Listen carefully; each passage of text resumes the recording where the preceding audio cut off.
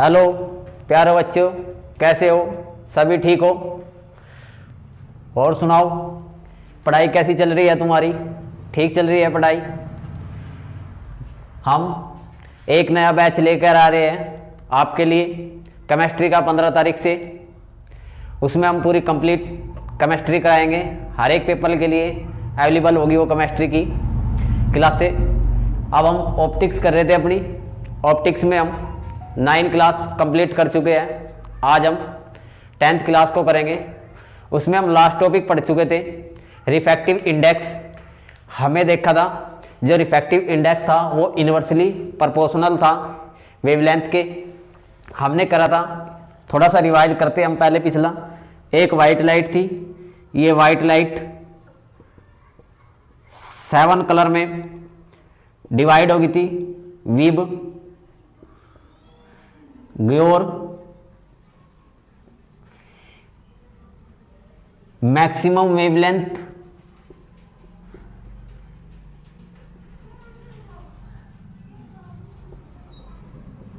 Red रंग की थी मिनिमम वेवलेंथ,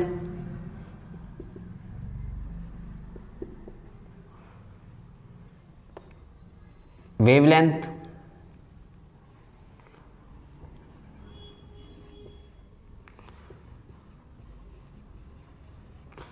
वॉयलेट कलर की थी। इसी के अपोजिट हमारे पास फ्रीक्वेंसी थी, इसी की मिनिमम फ्रीक्वेंसी थी।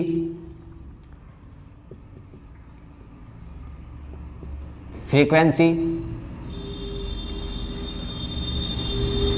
यहां पे इसकी मैक्सिमम फ्रीक्वेंसी थी।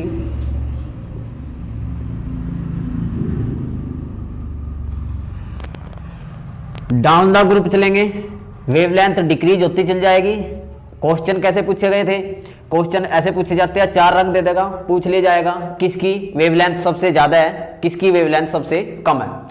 यह 4 कलर दे देगा, इन कलर में सबसे ज्यादा मैक्सिमम फ्रीक्वेंसी पूछ लेगा किसकी है, या क्वेश्चन दूसरे तरीके से पूछेगा मिनिमम फ्रीक्वेंसी किस रंग की है।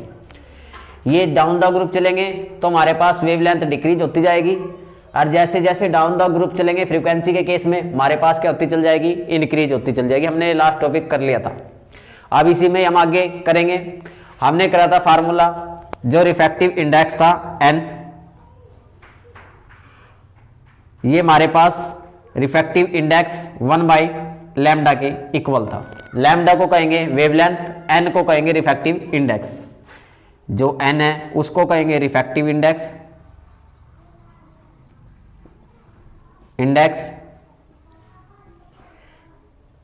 इसको कहेंगे वेवलेंथ।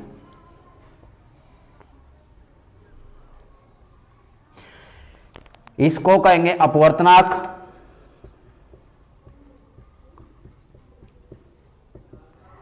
इसको कहेंगे तरंगदैर्ध्य।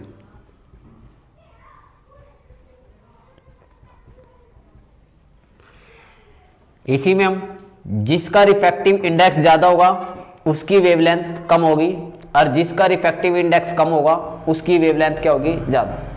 एक दूसरे के इनवर्सली है, ये एक दूसरे के क्या है, इनवर्सली प्रोपोर्शनल है, व्युत्क्रमानुपाती है, एक दूसरे के अपोजिट है। एक चीज बढ़ेगी तो दूसरी चीज घटेगी, एक चीज घटेगी तो दूसरी चीज बढ़ेगी।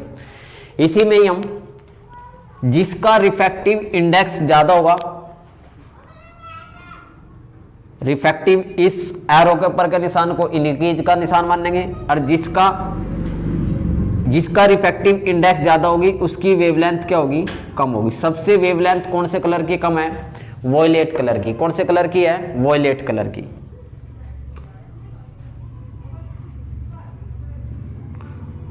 कलर की जब इसकी वेवलेंथ कम है तो ये काम करेगा डेंसर मीडियम का। किसका काम करेगा, डेंसर मीडियम का।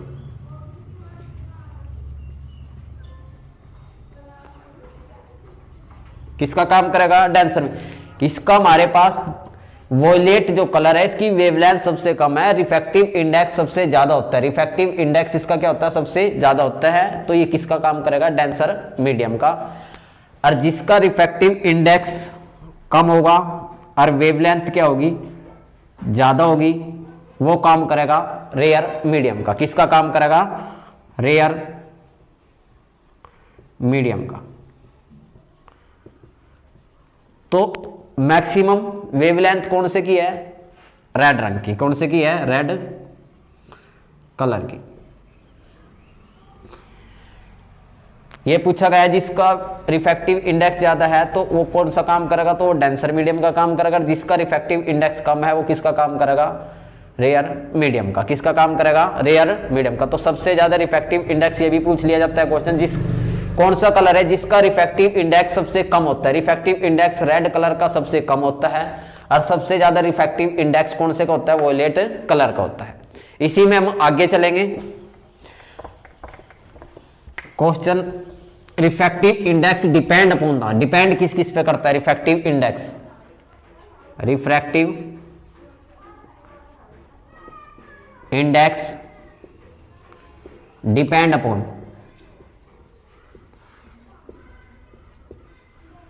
एक तो मीडियम पे भी डिपेंड करेगा। कौन सा मीडियम ले रहे हैं हम? अभी हमने देखा है मीडियम में कि भाई हमारे पास डेंसर मीडियम और रेयर मीडियम थे, दोनों मीडियम पे क्या करेगा? डिपेंड करेगा। तो एक मीडियम पे भी डिपेंड करता है। एक कलर ऑफ लाइट,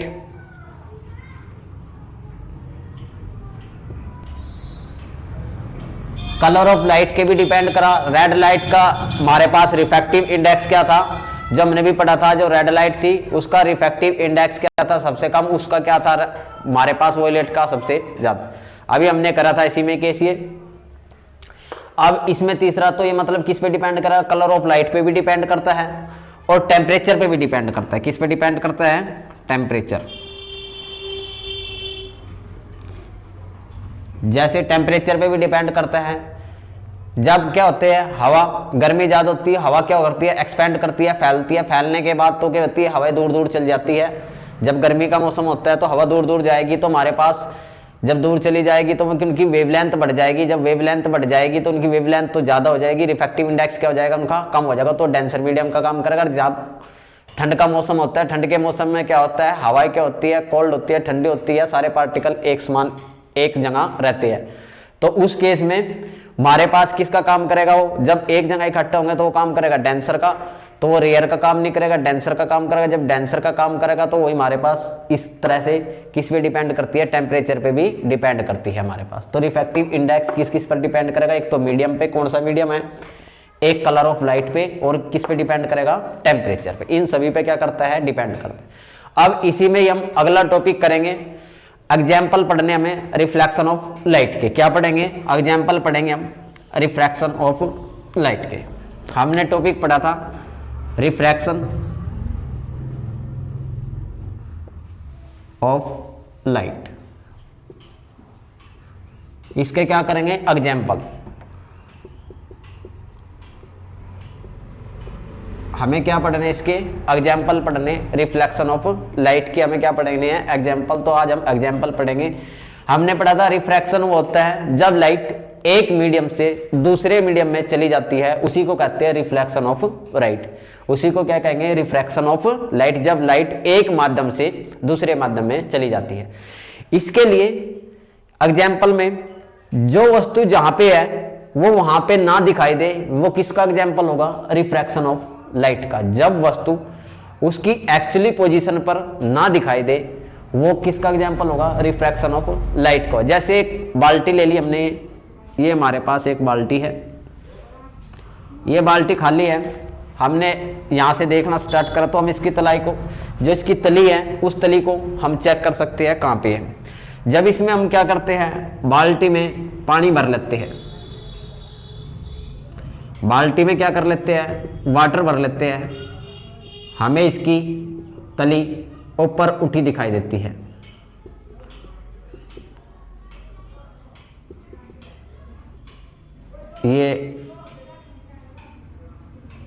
ये हमने इसमें, ये हमारे पास क्या है? बाल्टी ले ली। इस बाल्टी में ये खाली थी तो हम इसकी तली को हम क्या करते हैं? इसकी जो गहराई है, इस गहराई को हम क्या कर सकते हैं? एक्चुअली गहराई को देख सकते हैं। इसमें हमें जब इसमें पानी भर लेते हैं बाल्टी के अंदर, ये वाटर है, तो हमें जो इसकी तली है वो हमें एक्चुअली गहराई पे दिखेगी, थोड़ी सी ऊपर उठी दिखती है। इसका रीजन मैं बताता हूं कैसे होता है।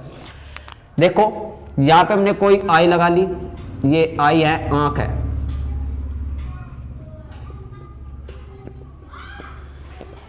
ये इसकी एक्चुअली गहराई है,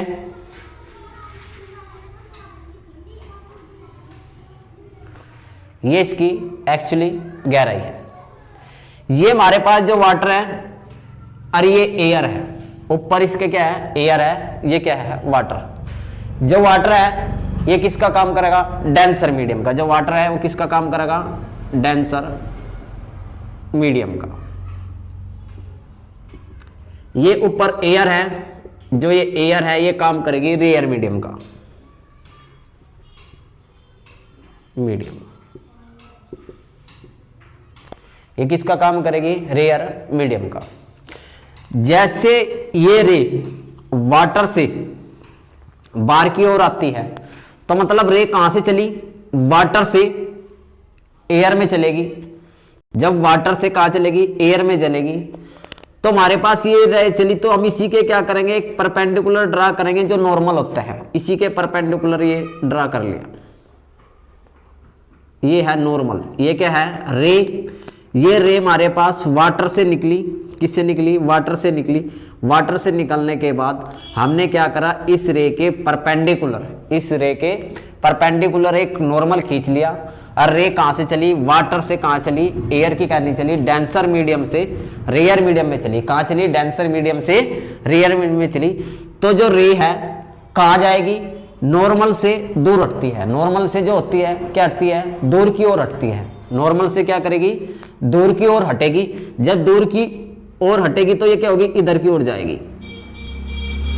रे कहां जाएगी, इधर की ओर। ऐसे इधर जब ये रे डेंसर मीडियम से रेयर मीडियम में जाएगी, पहले हम क्या करेंगे, इस सरफेस के वाटर के सरफेस पे क्या करेंगे, एक नॉर्मल खींच लेंगे। ये हमने नॉर्मल खींच लिया। अब ये रे नॉर्मल से क्या होगी, दूर हटेगी। जब डेंसर मीडियम से रेयर मीडियम, जब दूर चलेंगे तो ये क्या होगी, इधर की ओर हटेगी।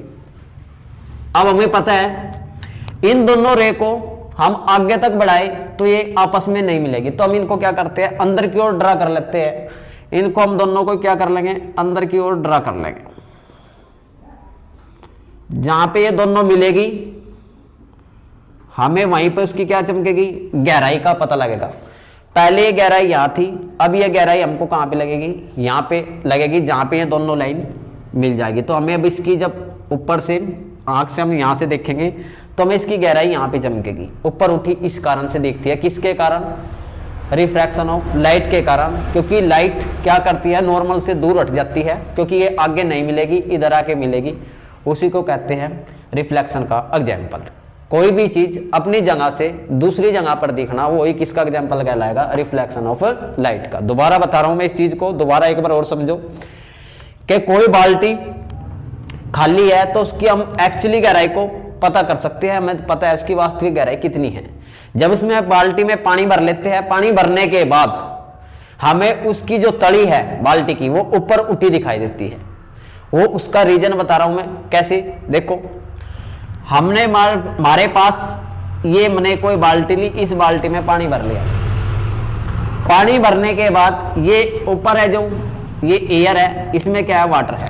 वाटर किसका काम करेगा, डेंसर मीडियम का। और जो एयर है वो किसका काम करेगा, हमारे पास रेयर मीडियम का। जब रेयर मीडियम का काम करेगा, जब लाइट इससे वाटर से बाहर की ओर चलेगी, इससे टकराने के बाद, तो ये हमारे पास यहाँ पे इसके सरफेस पे वाटर के ये एक नॉर्मल खींच लेंगे जो इसके परपेंडिकुलर होता है। परपेंडिकुलर नॉर्मल खींचने के बाद लाइट कहां चली, डेंसर मीडियम से रेयर मीडियम में जा रही है, तो नॉर्मल से क्या होगी, दूर हटेगी। तो नॉर्मल से क्या होगी, ये दूर होके चलेगी।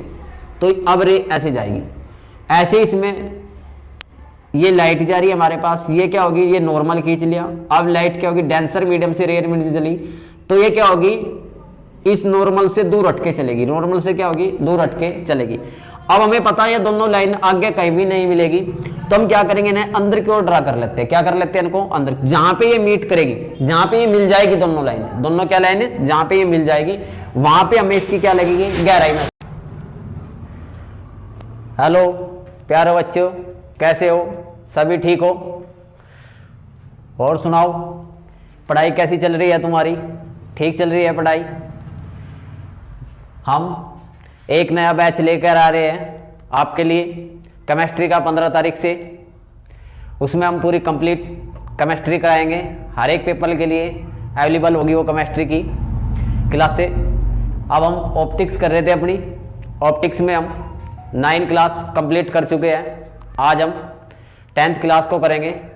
उसमें हम लास्ट टॉपिक पढ़ चुके थे रिफ्रैक्टिव इंडेक्स। हमें देखा था जो रिफ्रैक्टिव इंडेक्स था वो इन्वर्सली प्रोपोर्शनल था वेवलेंथ के। हमने करा था, थोड़ा सा रिवाइज करते हम पहले पिछला। एक वाइट लाइट थी, ये वाइट लाइट 7 कलर में हमने ये टॉपिक कंप्लीट कर लिया। इसी के आज हम और एग्जाम्पल पढ़ेंगे। जो एग्जाम्पल लिखने हैं वे एग्जाम्पल लिखो सभी, जो एग्जाम्पल पूछे जाते हैं पेपर में।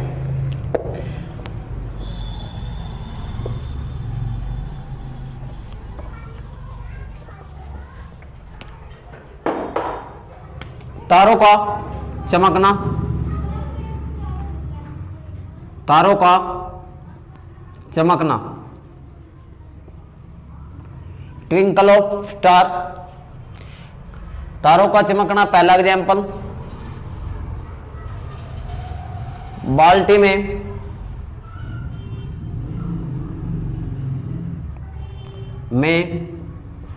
छड़ी का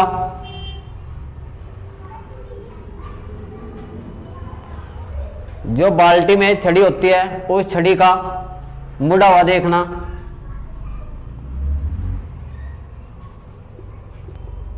दिखना।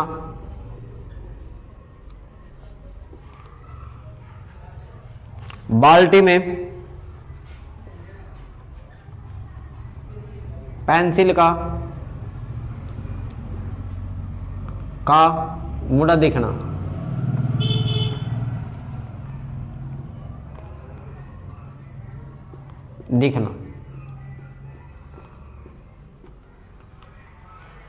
अगला एग्जाम्पल,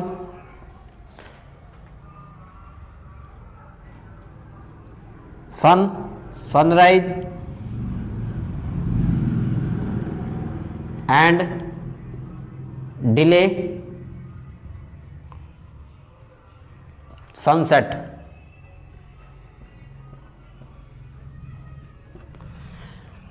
सन का उगने से 2 मिनट पहले दिखना और सन का छिपने के बाद 2 मिनट बाद दिखना, ये भी रिफ्लेक्शन ऑफ लाइट का एग्जाम्पल है।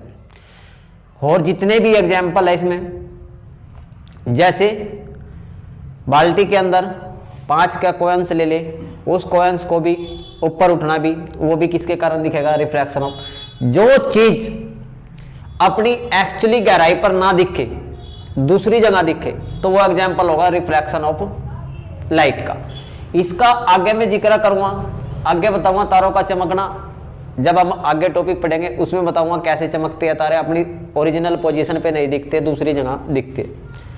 सनसेट मतलब, सनसेट का मतलब होगा सन का उगने से पहले 2 मिनट पहले दिखना और उगने के 2 मिनट बाद दिखना। जैसे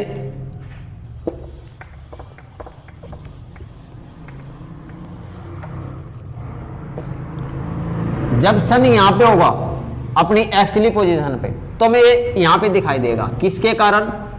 रिफ्रैक्शन ऑफ लाइट के कारण।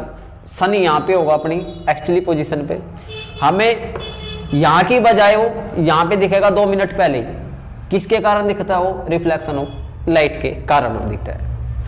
इसी में हम आगे चलेंगे। ये सारे एग्जाम्पल है, जो भी चीज अपनी एक्चुअली पोजीशन पे ना दिखे, इधर उधर दिखे या मुड़ी हुई दिखना, वो सारे रिफ्लेक्शन ऑफ लाइट के एग्जाम्पल है। जैसे हम इस पे कुछ क्वेश्चन भी करेंगे।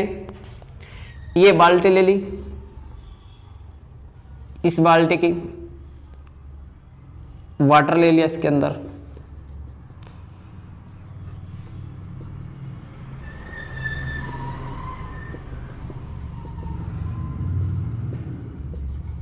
ये वाटर ले लिया। इसकी हमें एक्चुअली गहराई तो ये है,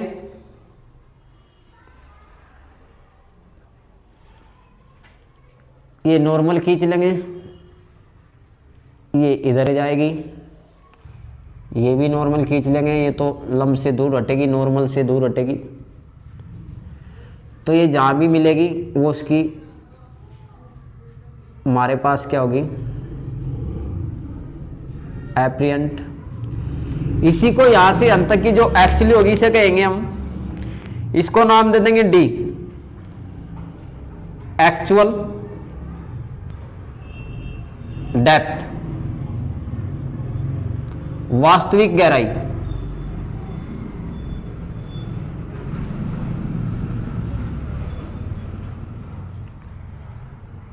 जो यहां पे हमको ये गहराई लग रही है इसको कहेंगे डी डैश, एप्रियंट गहराई।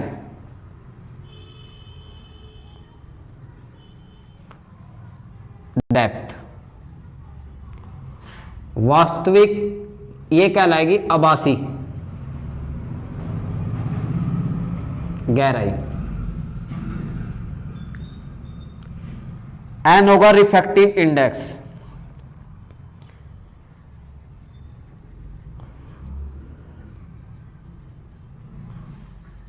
जिस हम मीडियम की बात कर रहे हो वो एन लेंगे।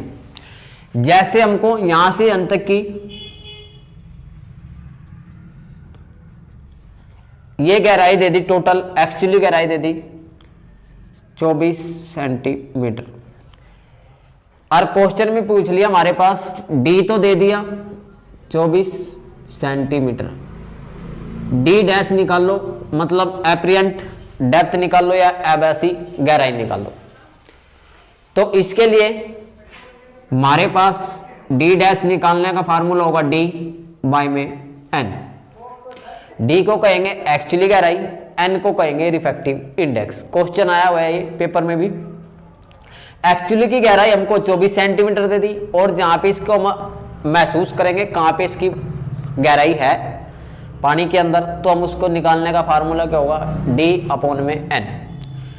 डी कितना दे रखा हमको 24 सेंटीमीटर और एन किस कौन सा मीडियम ले रहे हम, डेंसर मीडियम। कौन सा मीडियम है, डेंसर, क्योंकि वाटर का काम है हमारे पास, बाहर जाएगी तो रेयर का काम करेगा, किसका काम कर रहा है, डेंसर। डेंसर में है, ये डेंसर का काम कर रहा था, ये वाटर है, ये क्या है, वाटर। वाटर का में रिफ्रैक्टिव इंडेक्स मेरा है, कितना होता है वाटर का रिफ्रैक्टिव इंडेक्स 4/3, 4 नीचे रह जाएगा, 3 ऊपर चल जाएगा, 4 6 24। तो हमें इसकी जो गहराई है एप्रियंट गहराई कितने सेंटीमीटर लगेगी, 18 सेंटीमीटर लगेगी। ऐसे क्वेश्चन इसमें से पूछे जाते हैं। प्यारे बच्चों, आज के लिए इतना काफी है, इस वीडियो को कंप्लीट कर लेना। इसमें हम सारे हमने एग्जाम्पल पढ़े हैं रिफ्लेक्शन ऑफ लाइट के। रिफ्लेक्शन ऑफ लाइट के एग्जाम्पल इंपॉर्टेंट है, पेपर में भी आते हैं, ये पूछते हैं किसका एग्जाम्पल है। हमारी वीडियो को ज़्यादा से ज़्यादा बच्चों तक शेयर करो, इनको आगे तक पहुँचाओ।